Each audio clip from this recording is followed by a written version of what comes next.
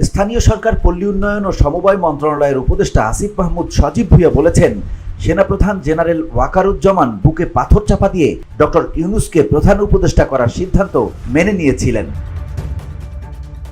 জাতীয় নাগরিক পার্টির দক্ষিণাঞ্চলের মুখ্য সংগঠক হাসনাত আব্দুল্লাহর বৃহস্পতিবার রাতের একটি ফেসবুক পোস্টকে ঘিরে রাজনৈতিক অঙ্গনে চলছে নানা আলোচনা।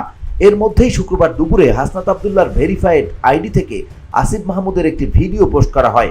ওই ভিডিওতে আসিফ সেনাপ্রধানকে নিয়ে এমন চাঞ্চল্যকর তথ্য জানান। সেনাপ্রধানের দিক থেকে মূল ভেটোটা ছিল যে ডক্টর মোহাম্মদ ইউনূস কেন, why not any other person. Doctor Mohammad ইউনূসের নামে মামলা আছে, তিনি একজন কনভিক্টেড পারসন। একজন কনভিক্টেড পারসন আসলে কিভাবে একটা দেশের প্রধান উপদেষ্টা হতে পারে?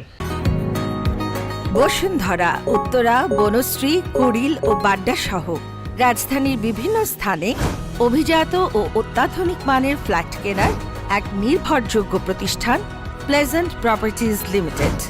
তাই আপনার স্বপ্নের আবাসনের জন্য আজই যোগাযোগ করুন। Pleasant properties limited, where destiny matches eventually. Asif বলেন, সেনাপ্রধান জেনারেল ওয়াকারুজ্জামানের পক্ষ থেকে মূল ভেটোটা ছিল প্রধান উপদেষ্টা ডক্টর ইউনূস কেন। ইউনূসের পরিবর্তে অন্য যে কোনো কেউ আসতে পারে। ইউনূসের নামে মামলা আছে, তিনি একজন কনভিক্টেড পারসন। একজন কনভিক্টেড পারসন কিভাবে একটা দেশের প্রধান উপদেষ্টা হতে পারেন? সেই সময় এমন প্রশ্ন ছুড়ে দিয়েছিলেন সেনাপ্রধান।